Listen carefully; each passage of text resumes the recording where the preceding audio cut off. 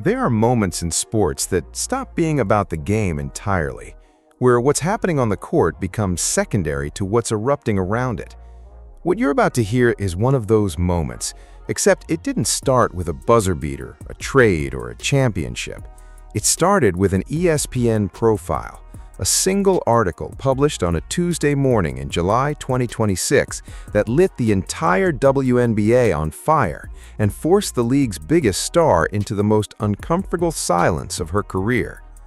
By the time the smoke cleared, there were congressional letters, arena protests, a co-owner suspended, coaches taking political stances in front of cameras, and millions of fans taking sides on something that had absolutely nothing to do with basketball. And right in the center of all of it, two Indiana Fever teammates whose names you couldn't separate no matter how hard you tried. Caitlin Clark, Sophie Cunningham. One who changed women's basketball forever, and one who changed the conversation around it in ways nobody saw coming. But here's the thing, to understand how this blew up the way it did, you have to understand how we got here.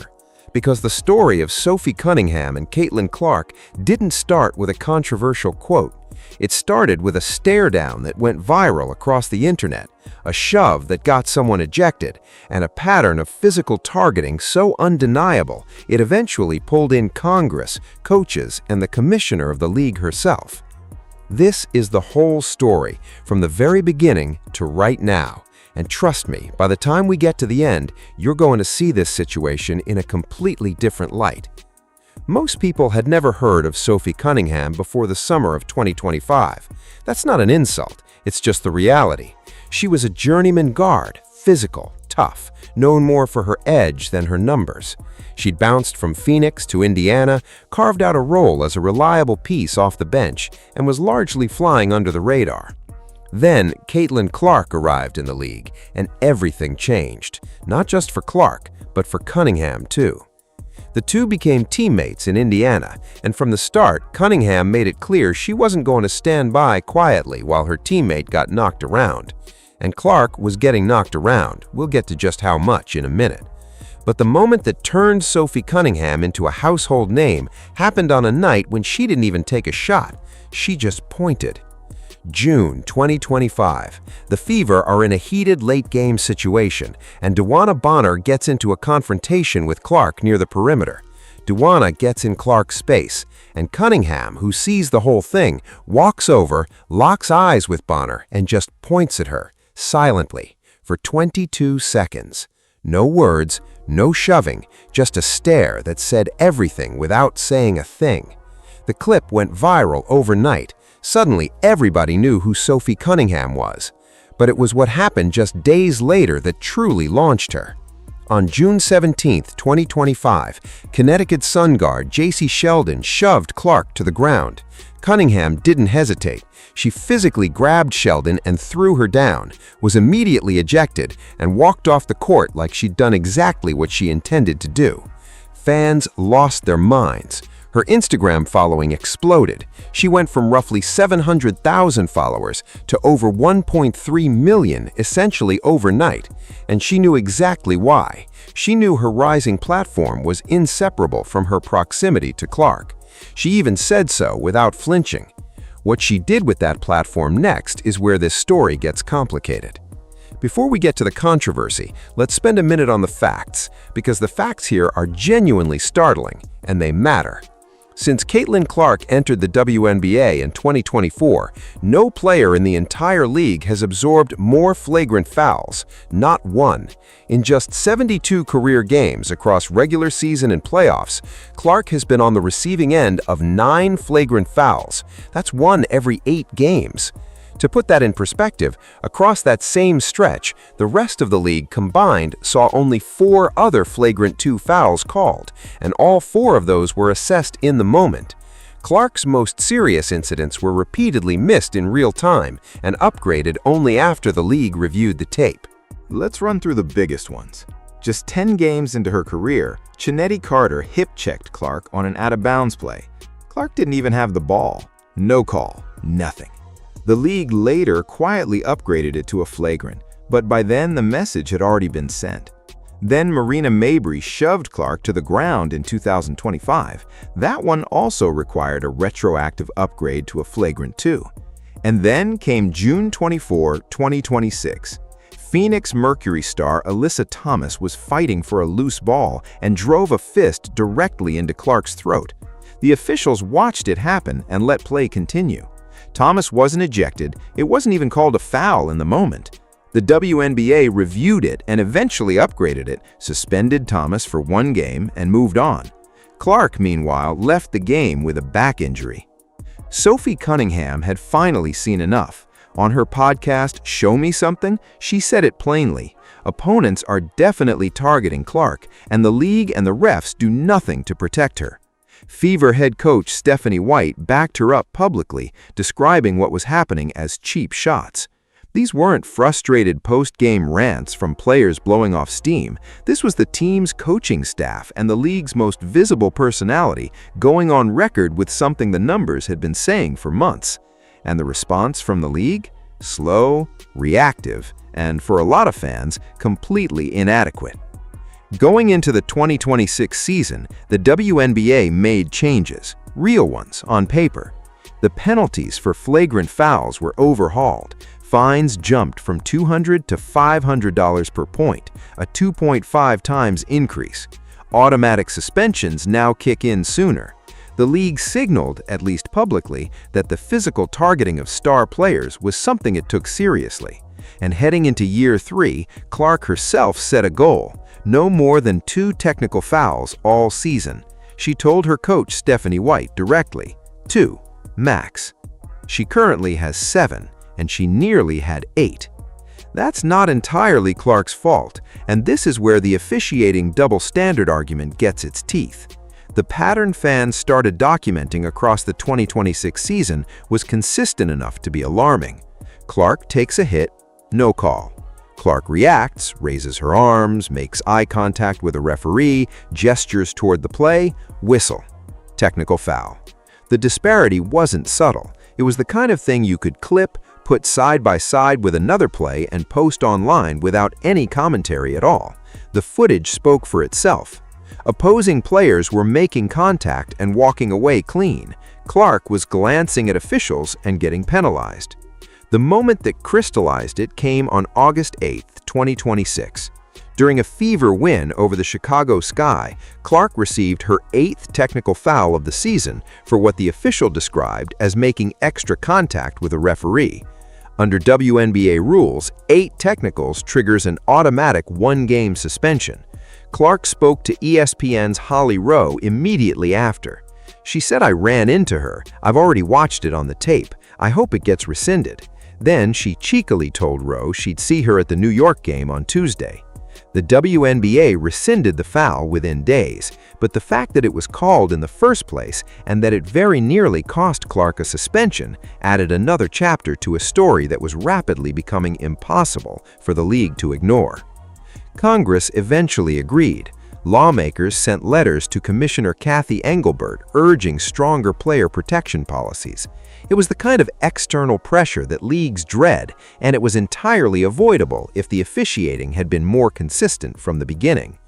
All of that, the flagrant fouls, the technicals, the congressional pressure, the coaching staff going public, was already a full storyline on its own, plenty for one season. And then July 21, 2026 happened. ESPN published a profile on Sophie Cunningham titled "Love Her or Hate Her, Sophie Cunningham Won't Be Ignored." And buried inside that profile was a question about transgender athletes in women's sports. Cunningham answered it directly. She said she wanted to protect young girls in a locker room or young girls in sport who shouldn't have to go against biological men. She denied being anti-trans, framing her view as a matter of protecting female athletes and competitive fairness. She said she had received negative feedback accusing her of hating transgender people. Her response, "I never once said that. I think that I am here to extend love." The internet did not receive this calmly. Within hours, the story had spread across every major sports platform, news outlet, and social media feed in the country. Cunningham's comments became the story, not just in basketball circles, but nationally. And the setting it landed in made everything more combustible. The WNBA is one of the most politically progressive professional leagues in American sports. Roughly 67.5% of its players are registered Democrats, and the league has historically been outspoken on social justice issues. For a reserve guard on the league's most watched team to publicly stake out a position at such direct odds with the league's general culture was, to say the least, a flashpoint. What made it even more layered was the context. At the time of publication, there were no transgender women actively playing or preparing to enter the WNBA.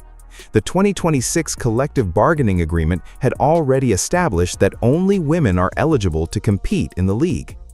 Cunningham was staking out a position on a policy debate that had no current practical application in the very league she played in.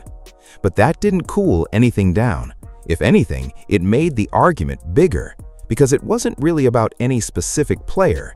It was about values, identity, and what kind of league the WNBA wanted to be. Cunningham doubled down the next morning without hesitation. "I said what I said. I think it's kind of common sense. I'll always believe in that." She wasn't walking anything back. She wasn't apologizing or softening. She was standing exactly where she'd always stood and daring everyone to deal with it. Within days of that ESPN profile dropping, the Fever's road trips started looking less like basketball games and more like political events. An organization that advocates for legislation banning transgender people from women's sports began organizing rallies outside of Indiana Fever away games, starting in Seattle. These were small but highly visible gatherings, coordinated, well-publicized, and impossible to miss. Fans showed up at arenas with pro-Cunningham signs. The imagery was sharp, intentional, and designed to make a statement. Things got particularly tense in Seattle. Two teenage members of the pro-Cunningham group were sitting courtside during a Storm game, holding signs referencing her comments. A minority co-owner of the Storm confronted them. That confrontation was captured on camera, circulated widely, and the co-owner was subsequently suspended. It was exactly the kind of moment nobody in the league wanted. A front office figure publicly engaging with protesters at a game, caught on video in a season already drowning in off-court noise. Cheryl, the head coach of the Minnesota Lynx, took a different kind of stand. Before a game against the Fever, appeared wearing a "Trans Kids Belong" shirt, a wordless but pointed statement aimed directly at the controversy surrounding their upcoming opponents. What made her approach notably different was that reports surfaced indicating had actually met with Cunningham in person before making the gesture. A respectful, private conversation before a very public statement. Spoke at length to reporters, saying she didn't believe exclusion was ever an answer, and that she'd been pushing the WNBA to establish clearer transgender participation guidelines for years. The tension inside the Fever organization was becoming visible. After one game, both Clark and Cunningham violated the WNBA's media availability policy by declining to speak with reporters. It wasn't a minor note, it was a direct rule violation, and the league issued fines. The message from the Fever sideline was mixed. Coach Stephanie White emphasized inclusion in her public comments.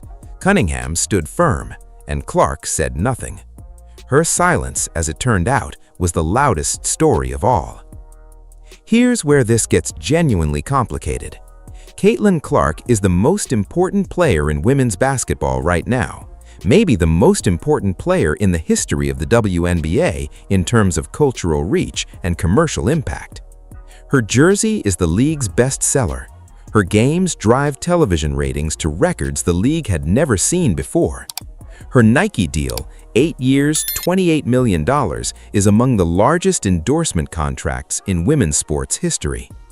Every word she says, or doesn't say, carries enormous weight. So when Sophie Cunningham dropped her comments about transgender athletes and the world turned to Clark waiting for a response, the pressure was immense. Different groups wanted completely different things from her. Some wanted her to stand with her teammate. Others wanted her to speak out against the comments. Many simply wanted her to say something, anything, because her silence felt like its own kind of statement. It took Clark nearly 2 weeks to address it publicly. When she did, she was careful and measured. She said the issue was above my pay grade. She said it wasn't being discussed in the Fever locker room, at least not around her. She said leagues and governing bodies were the right people to figure it out, not her. And then she moved on. Not everyone accepted that. Jemele Hill, one of the most prominent sports media voices in the country, addressed Clark directly and publicly, asking essentially what she thought she was doing by staying silent when her platform was large enough to actually change the conversation. It was a pointed challenge, and it reflected a genuine tension. Clark has used her voice before. In June 2024, just 1 month into her rookie season, she put out a strong statement condemning the wave of racial abuse and harassment being directed at Black WNBA players, including threats aimed at players like Alyssa Thomas. That statement mattered. It was noticed. So her silence this time felt more deliberate, and for many people, more disappointing. But there's another side to this.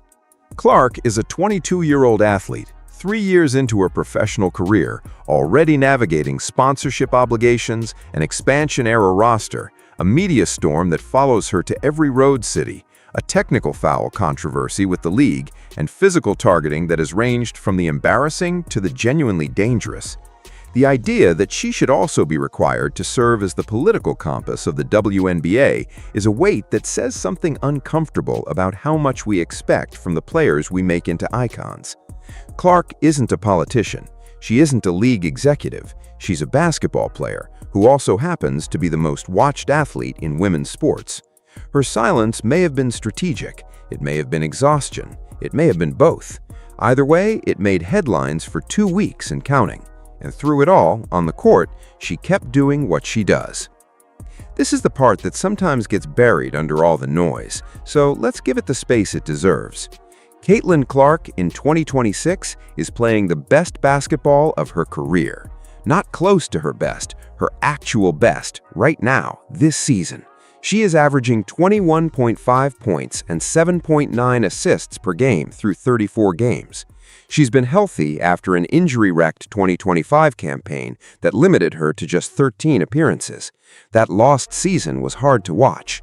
Clark played 13 games while her team somehow fought their way to within 1 win of the WNBA Finals before falling to the eventual champion Las Vegas Aces. This year, she came back like she had something to prove. The signature moment of the 2026 season came against the Seattle Storm. Clark scored 45 points, a career high, and added 10 assists. That made it the first 40-point, 10-assist game in WNBA history, ever. She did something nobody had done before in a league that has been running for nearly 30 years. After the game, she told reporters she was playing the best basketball of my career. Given the numbers, nobody argued. The Indiana Fever are 22-12 through 34 games, playoff contenders, one of the hottest teams in the league. They've developed something genuinely fun to watch, a high-scoring, relentless offense that makes 100-point games feel almost routine in a league where they used to be rare. Clark is the engine of all of it.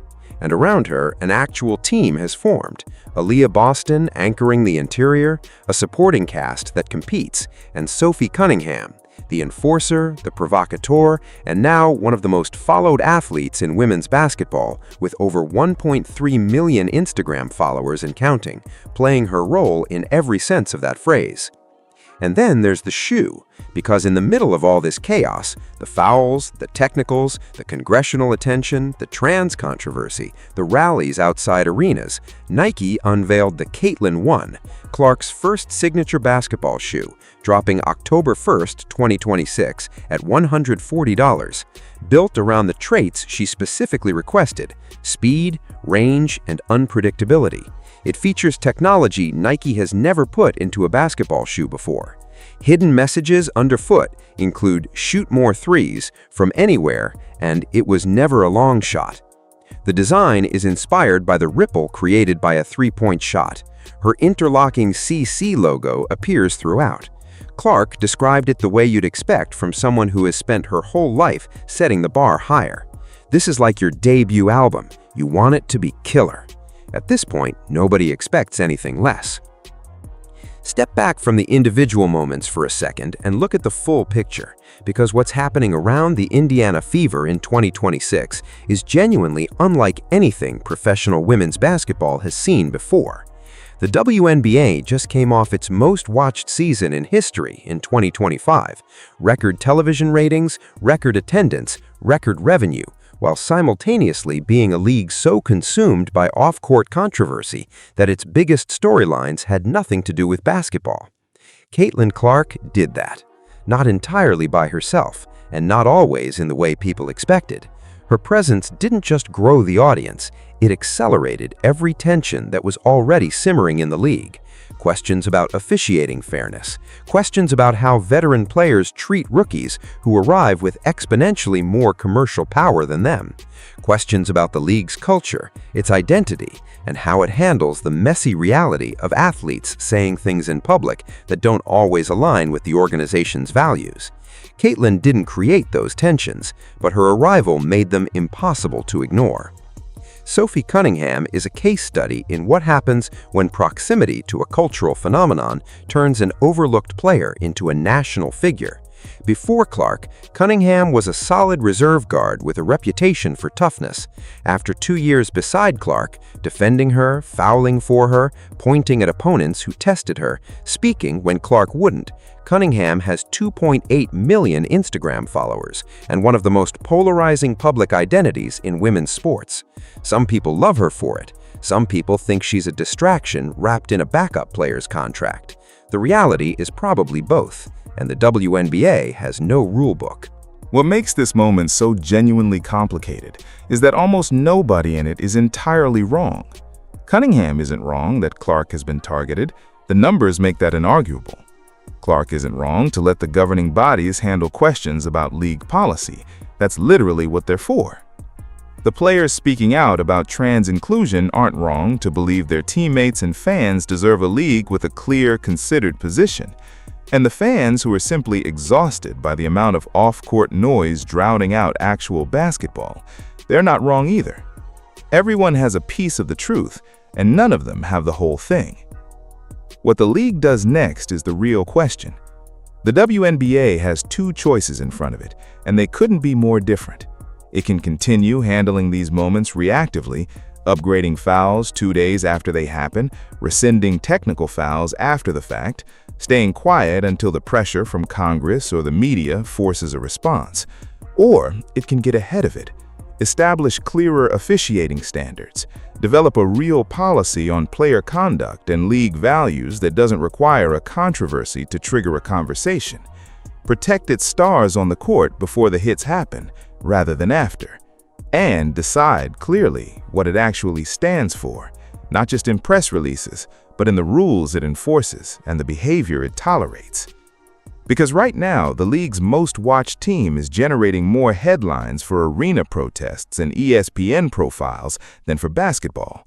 And the player at the center of it all, Caitlin Clark, is averaging career highs, breaking records that have never been broken before, and still, somehow, finding herself in the middle of every fight the WNBA hasn't figured out how to have. So here's where things stand as of right now. The Indiana Fever are 22-12 and climbing. Caitlin Clark is playing like she's on a mission, and based on what you've just heard, she probably is. Sophie Cunningham is one ESPN profile away from being either the WNBA's most courageous voice or its biggest liability, depending on who you ask. The league is still processing a summer that featured flagrant foul controversies, congressional intervention, a co-owner suspension, and protests outside arenas in cities across the country. And the Nike Caitlin 1 is dropping in October, which means the commercial machine around Clark is only getting bigger. None of this is over. Operation Balance, as the competitor video framed it, was always a convenient shorthand for something far messier and far more real. The WNBA is a league at war with its own growth, a league that desperately needs what Caitlin Clark brings while also being threatened by it, a league where the rules for physical play are being tested in real time, where the relationship between its culture and its individual players is fraying at the edges, and where one player's presence has made every old question feel brand new. The most interesting thing about Caitlin Clark isn't the records, it's not the shoe, it's not even the targeting.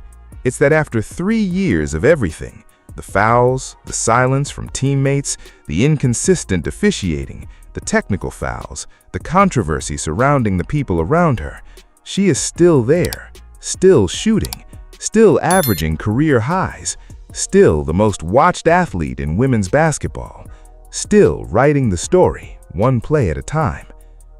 The WNBA will be remembered for this era. The only question left is whether history remembers it as the moment the league rose to meet its moment, or the moment it almost let its own future slip through its fingers. That question doesn't have an answer yet, but it will, and when it does, you can bet Caitlin Clark will be at the center of it.